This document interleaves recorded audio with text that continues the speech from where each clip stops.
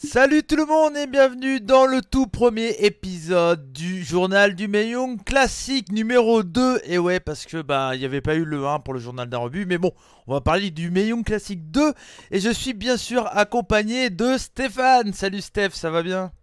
Oui, ça va bien. Salut Codis, salut les revues et bienvenue pour le Meiyang Classique Ouais, ouais, 2. bah oui. Bon, t'es chaud à parler du premier épisode qui a été diffusé ce mercredi, dans la nuit de mercredi à jeudi, 1h du Ah ouais, mat, c'est ça? non, c'est à 3 heures du mat, heure 3 heures. américaine, 4 heures pour les couchards comme nous, puisqu'on a un programme de live un peu plus compliqué qui fait qu'on a un petit peu de décalage. Mais quel épisode! Alors pour commencer, mais quel épisode de folie! Et on va en parler tout de suite après le générique. Et bah ouais, on va pas prendre. Voilà, on va pas arrêter les mauvaises habitudes. Allez, c'est parti, let's go, générique.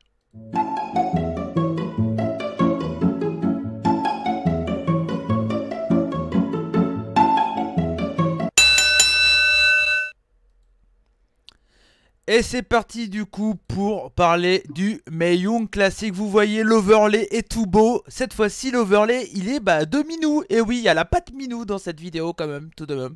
Hein, donc c'est pas mal. Voilà, même si elle n'est pas avec nous pour faire cette vidéo, elle nous surveille. Attention, attention à ce que tu vas te dire, Steph.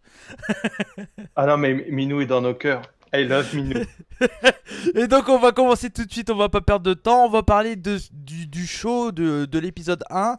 Mais avant de parler de l'épisode 1, on a eu du coup un bon aperçu pendant tout un épisode du trio de commentateurs, donc Beth Phoenix, Michael Cole et René Young. Qu'est-ce que tu en as pensé dans ce premier épisode des commentateurs? Parce que mine de rien, c'est quand même assez important. Alors, ce qui est étonnant, c'est que chaque fois que j'ai vu les commentateurs à l'écran, j'avais une tache au milieu. Non, c'est pas une blague, la tâche c'est cool parce que franchement, c'est plus cliché dans les commentaires, pardon, on pouvait pas faire. Hein, Ouais. tous les clichés sexistes, il les a sortis, toutes les vannes idiotes, il les a sortis. Moi, je reconnais le talent immense de Beth Phoenix, qui est vraiment, mais Moi qui j'aime pas sort trop toujours une Beth entreprise. Phoenix. Ah ouais, mais Ouais. je trouve qu'elle a, d'un point de vue commentaire technique, elle est Ouais. bonne. Ouais, c'est vrai, Euh, c'est vrai. en couleur commentateur, c'est mauvais. C'est Hmm. mauvais parce qu'elle n'a pas elle a pas l'humour, quoi. Elle n'a pas la vanne à la bonne Elle a pas le seconde. répondant, ouais. Ouais, René Hmm. Young là, et je Ouais. pense que c'est pour ça qu'ils l'ont mis, pas juste parce que c'est une femme, mais parce qu'effectivement, elle a un truc, quoi. Ouais. Très honnêtement, les fois où elle a remplacé Coachman, c'était bon. Là, elle est bonne. Honnêtement, dans les commentaires, elle est bonne. Ouais, puis Moi, elle a commenté NXT pendant quelques temps aussi. Oui, oui. Donc, Mais moi, le point noir, c'est vraiment Michael Cole qui s'extasie quand il y a besoin de s'extasier, ouais. qui sort des vannes, mais Moi, je me souviens à un moment, des c'est. années 80. Quoi. Je me souviens à un moment, il dit juste écoutez! Et là, t'as un vieux bruit, tu sais. Ouais, Tu fais ah non, fallait pas dire ça maintenant. ouais, ouais. Mais. Surtout, il y a eu. Alors, pour spoiler un petit peu sur ce qu'on va dire, on a eu Ouais, deux standing ovations. Une pour Rhea Ripley, une pour Satomura. ouais. C'est regardez, tout le monde est debout! Oui, c'est un peu le principe d'une standing ovation. Et puis on le voit, c'est à l'écran. Ouais, et C'est- puis il est très robotique dans ses commentaires, Michael Cole, quand même, quoi. C'est oh, le coup qui a touché! Ah! Est-ce qu'il va avoir un tombé? Ah! Enfin voilà, quoi. Ouais. Et C'est alors, c'est par vrai contre, que bon. ah, mais il Mais. y a aussi un truc que je lui reproche parce qu'il y a une prise qui vient d'un. Enfin, qui n'est pas la copie d'un catcheur à l'heure actuelle, mais qui est utilisée par un catcheur, qui est le fameux coup de grâce. Hmm. Et je n'en peux plus du coup de gras. Je n'en peux plus. Ouais, Quand il dit ça, j'ai envie de le frapper. J'ai envie de le martyriser. ouais, ouais, bon. Allez, donc voilà, c'était un petit mot. On va voir, on fera un petit mot. Bon, peut-être pas à chaque épisode, mais voilà, peut-être qu'il y aura une évolution pendant le tournoi. Hein, on sait pas. On peut espérer en tout cas. On peut Oui. espérer. Bon, on va passer du coup au match qui nous intéressait. C'était du coup, on allait parler de le premier match. C'était Tegan Knox contre tac tac tac, j'ai oublié. Voilà. Zatara. Zatara, voilà, voilà, voilà. Et tu vas voir, Steph, sur la vidéo, j'ai trouvé un, comment dire, un bracket donc fait par la WWE. Il est dégueulasse. Le tien est 10 000 fois mieux. Ah ouais. C'est Là, c'est- quand c'est- même, Déjà, C'est le le mien, je bracket le trouve pas officiel. très Hein. clair, mais le leur, c'est Ah, encore pire. Hein. c'est le bracket officiel. Il est en noir et blanc avec Mei Young quand elle était plus jeune. Enfin, c'est pas très beau. C'est pas très très beau. Mais bon, voilà. Donc, du coup, on va parler du premier match. Zatara contre Tegan Nox. Donc, la chilienne contre elle vient d'où Galloise. déjà? La galloise. La galloise, Tegan Nox, c'est ça. Donc du coup, voilà, bon, un début de match assez classique avec du chain et des moves rapides pour Tegan Nox. Il y a Zatara qui se place en heal assez rapidement, alors qu'au tout début de match, on a l'impression qu'elle est plus ou moins face, mais je pense qu'elle a vu que le public était plus pour Tegan Nox, du coup, bah, c'est Zatara qui a pris la place de heal. Elle a repris l'avantage après avoir, comment dire, bah, fait une petite mimée qu'elle voulait lui serrer la main. En fait, elle lui a fait un coup de pupute. Donc voilà, c'était un match assez classique, mais plutôt cool et très propre. Vraiment très propre. On sent que Zatara a beaucoup d'expérience, je trouve. Elle est assez à l'aise dans le ring. Je l'ai pas trouvé green du tout. Donc voilà, un match RAS comme il faut, mais pour commencer le show, c'est très bien, je pense. Ah non, mais clairement, déjà un bon match de 6 minutes. Ouais. Je me rappelle des matchs opener de certains shows où où tu mettais les squashman en premier. Là, on a un bon match de 6 minutes 14. Moi, personnellement, je lui mets un 3,25 parce que, effectivement, c'est un match qui est très sympa, qui est sans botch. Les deux ont bien fait leur boulot, ont bien mis en avant le travail de leur adversaire. Il n'y a rien à reprocher à ce match-là. J'ai adoré le travail du genou qui est fait par Zatara sur Nox Ouais. après que Nox se bloque le genou dans les cordes. Il y a eu vraiment un vrai travail. Bon, sans spoiler la suite des matchs, bien sûr, ce qu'on ne fera pas. On sait très bien que Tegan Nox a été blessé suite à la compétition. C'est C'est bien qu'il bosse sur le genou ouais. blessé, ça raconte une histoire, quoi. Ouais, d'ailleurs, tiens, à remarquer, vous remarquerez le bandage qu'elle a autour du genou. Hein. Mm. Ça lui double le volume de la jambe. C'est un Ouais. truc, mais tu peux pas le rater. Hein. C'est vrai, je suis d'accord avec toi. Donc voilà, donc c'était un bon match pour commencer. J'avais juste un Ça, petit reproche. ouais, Un tout vas-y. petit reproche. À mon sens, ça manquait un tout petit peu de travail aérien. Parce que Teganax est très bonne dans le travail Elle a des aérien. capacités. Ouais. Ouais, Zatara, alors Zatara, elle peut pas donner tout son catch, c'est une ultra, donc c'est pas possible. Et j'aurais préféré quand même un petit peu plus de travail aérien pour que Teganox montre ce qu'elle sait un peu plus faire. Mais bon, je pense qu'on verra tout ce côté-là plus tard dans le Clairement. second round, je pense. Ouais, clairement. Je pense. On va passer au match suivant. Du coup, on va essayer d'aller assez vite quand même. L'objectif, c'est de faire des vidéos qui durent pas trop longtemps, hein, que ça soit assez fluide. On va passer du coup au match suivant. C'était Rhea Ripley, notre chouchoute, à nous deux, contre MJ Jenkins. Donc, après réflexion, MJ Jenkins, moi je l'avais vu à la Shine. Donc voilà, je m'en suis souvenu quand je l'ai vu. C'était clairement un choc de style entre le métal et le funk et la danse. C'était la métalleuse contre la danseuse, quoi. C'était un peu ça le choc de style, un peu. Puis c'est clairement deux catcheuses qui ont deux styles complètement différents dans le ring. Hein. Il y a la grosse brawleuse assez stiff et puis la nana assez aérienne et très très classique, tout de même, quand même, MJ Jenkins. Donc voilà, le match a commencé assez rapidement avec des moves assez rapides de MJ, mais Ripley a pris l'avantage assez rapidement, tout de même, avec un bon dropkick, hein, l'image que vous voyez sur votre écran. Mais voilà, bon, il y a eu des moves assez classiques après pour son retour, pour le retour de MJ Jenkins. Hein, elle a fait des moves comme un shoulder block ou des dropkicks, ce genre de truc. C'est vraiment pas une catcheuse qui a beaucoup de, enfin, qui a pas l'air d'avoir beaucoup de coups dans son panel de catch. Ça a l'air d'être une catcheuse très très classique. Mais voilà, j'ai trouvé ça quand même assez honnête. L'objectif c'était de mettre Rhea Ripley over. Ça a été le cas, je pense. Et donc, du coup, Rhea Ripley a gagné avec un Pumple Handle Powerbomb pour finir. Le move est très cool. Hein. J'espère que c'est son finish. Je sais pas si tu es au courant de ça. Mais en tout Alors, cas, j'aime beaucoup. c'est l'un de ces deux finishes. Alors, un match Ouais. de 6 minutes 41. Ouais. Moi, je lui ai mis 3 parce qu'il y a des petits reproches du côté de MJ Jenkins. Il y a quasiment rien à dire du côté de Rhea Ripley. Elle a dominé sur les 3 quarts du match. Elle a fait ce qu'elle sait faire. C'est-à-dire, elle est dans le même registre que Shayna Baszler. C'est-à-dire, c'est le prédateur qui joue avec sa proie. Il y a pas un truc où elle a été à côté. Elle a bien vendu. L'histoire qu'elle raconte est bien foutue. Moi, j'ai rien à dire. J'avais un très gros a priori, par contre, sur un MJ Jenkins avant, si vous vous rappelez la première vidéo, Ouais. puis les discussions qu'on peut avoir sur le Discord. J'ai été un petit peu surpris. Je me dis, ah oui, il y a un petit quelque chose. Par contre, c'est vrai qu'elle est encore très verte, ça se voit. Ouais. Il y a le botch sur la Deadlight Suplex qui est pas beau. Mm. Quand elle veut faire le drop kick en étant en appui sur la troisième corde, on sent qu'elle n'arrive pas à se hisser. Elle manque de course d'élan, elle manque d'énergie dans les appels, mais je me dis c'est des choses qui vont être sûrement corrigées au Je sais Performance pas quel Center de âge elle peut Cali. avoir, mais Oh ouais, elle est pas vieille, mais de toute façon, non. elle est très jeune. Elle a été signée au Performance Center il n'y a pas très longtemps. Donc, je pense que ces choses-là seront corrigées par Sarah Amato qui s'occupe des filles là-bas très rapidement. Et Ok. potentiellement, je me dis, elle a un personnage cohérent. Son catch est cohérent avec son personnage. Si elle exploite bien, ça pourrait être quelque chose qui, dans l'avenir, peut être bien fait. Et surtout, je la verrais bien faire des matchs en étant en équipe avec Bianca Belair. Parce que je trouve que même si Bianca Belair est heel, elles ont un style qui est à peu près similaire, donc il faudrait voir ce que ça donne les deux Carrément. ensemble. Pourquoi pas? Pourquoi pas? Pourquoi pas? Ok, très bien pour ce match. Du coup, on va passer à un match qui était clairement, on va être honnête, le match pas terrible hein, de comment dire, cet épisode. Voilà, je perds mes mots, excusez-moi. C'était Lacey Lane contre Vanessa Craven. Donc voilà. Par contre, quoi qu'on dise, Vanessa Craven, un gros physique, une montagne, hein, la nana. Je sais pas sa taille. Alors, je sais pas si c'est parce que Lacey Evans est petite, mais Vanessa Craven, impressionnante, hein, Steph. Oui, alors là, on est au-dessus du mètre 90 pour Vanessa Ouais, Craven. On en est loin pour Lacey Lane. ouais, ça c'est sûr. Match qui est le plus court des quatre, Ouais, 4 minutes 55. Je lui mets juste la moyenne. Je lui mets 2,5 pour raison très simple. Lacey Lane, c'est Kofi Kingston, mais en moins bien. en C'est-à-dire brouillon.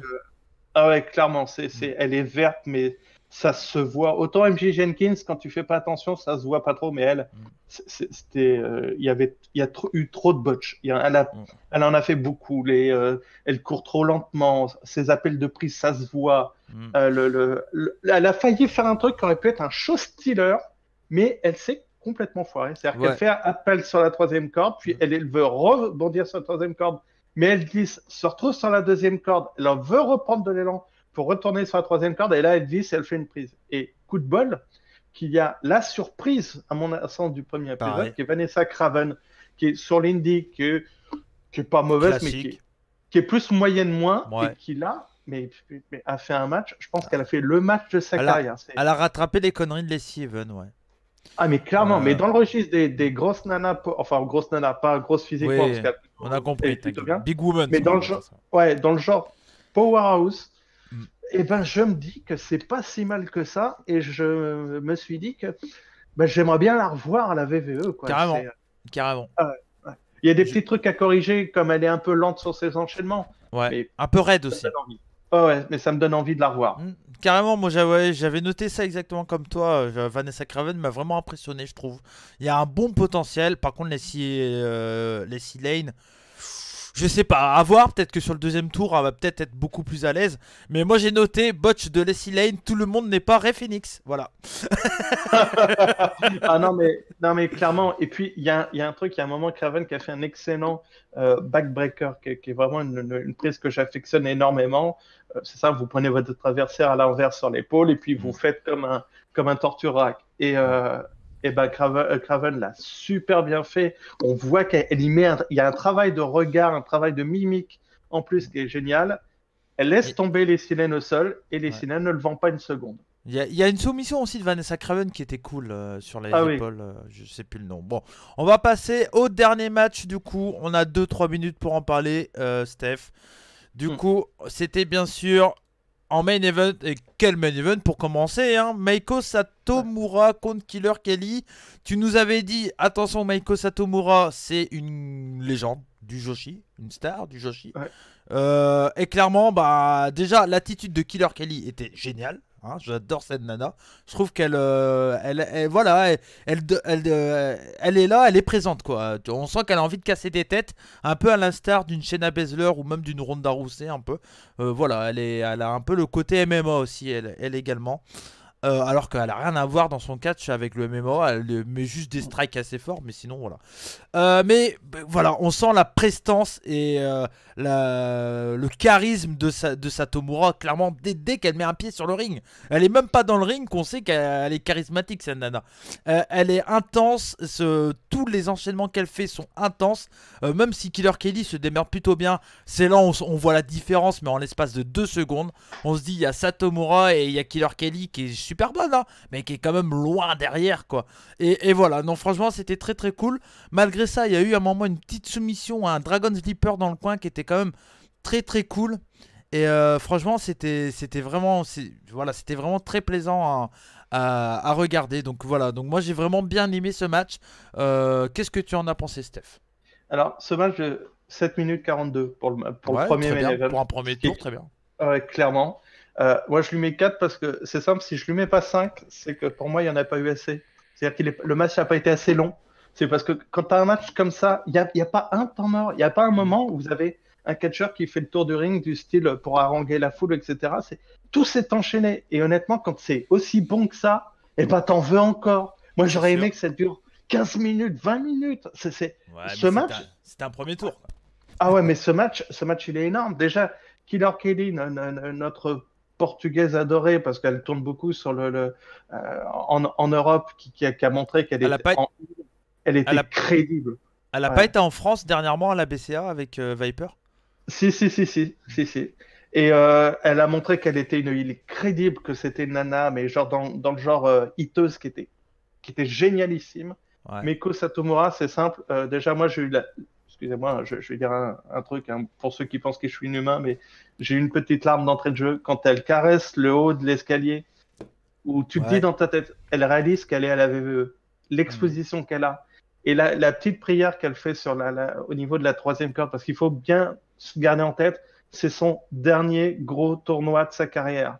C'est la dernière fois où on verra Satomura à ce niveau-là. Elle va encore faire des matchs, c'est pas encore tout à fait la fin, mais Mm. potentiellement, c'est peut-être la seule fois où vous la verrez à la VVE, ce tournoi-là. Si, Et honnêtement, ouais, vas-y, finis. Excuse-moi. honnêtement, le travail de Kik était génial. Il y a même un petit moment où elle tape tellement fort que je pense que Kelly, enfin, Killer Kelly a fait, je dirais comme un botch, mais je pense qu'elle a simplement glissé parce qu'elle était un petit peu à garde parce que putain, les coups de pied Ouais. qu'elle se On prend. voyait Drake Younger qui arbitrait ce match qui était là. Ouais, oh, oh.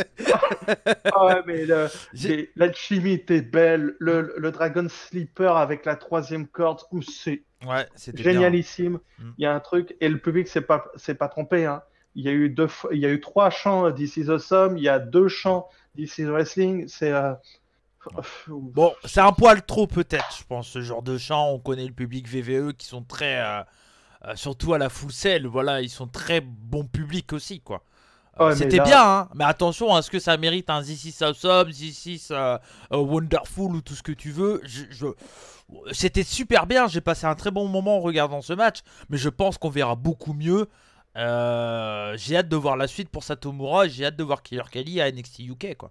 ah, mais clairement, mais dans un tournoi, dans un premier tour, un match d'une Ouais, telle intensité, avec une telle réalisation, honnêtement, je comprends qu'ils sont comme ça parce que déjà, ils avaient un match avant qui était plutôt moyen. ouais. Là, ils ont un main event qui est juste génialissime. Euh, je pense que c'est en fait un match qui est ultra scolaire. C'est-à-dire, si vous voulez voir comment on apprend le catch féminin aujourd'hui, vous regardez ce Ouais. match-là. Hmm. Il n'y a pas un truc qui est à côté de la plaque. Et puis pour finir, la petite cerise sur le gâteau sur ce match-là, ça se voit à la fin que Killer Kelly, bah, il y a la fangirl qui reprend Ouais, j'ai mis dessus. la photo. Ah ouais, elle est en larmes. Elle est en larmes d'avoir eu la chance d'affronter Satomura. Et Satomura qui est juste quand même, elle est une légende. Elle sait que c'est une légende. Elle est d'une humilité qui est quand même Ouais, ça, c'est les hallucinante. Japonais souvent, quand même. J'ai Ouais. l'impression, hein. Ah ouais, mais ils sont pas tous comme ça, Ils hein. sont pas Ils tous comme sont ça. pas tous. Mais Je vois très bien. et Ok. moi, ça m'a touché. Voir Hmm. Kelly, qui va être sûrement l'une des meilleures heals dans les années à venir, Ouais. euh, comme ça me touche. C'est clair, ça pourrait être très très cool dans le futur en tout cas. On en reparlera, c'est sûr, de Killer Kelly du côté de chez comment dire chez NXT UK. WWE, NXT UK bien entendu. Voilà. Juste avant, je voulais dire avant qu'on se quitte, j'avais un petit mot à dire sur les petites présentations des catcheuses avant chaque match que je trouvais ça cool. Et pour Satomura, j'ai bien aimé parce qu'ils ont montré des images d'elle quand elle avait catché la WCW.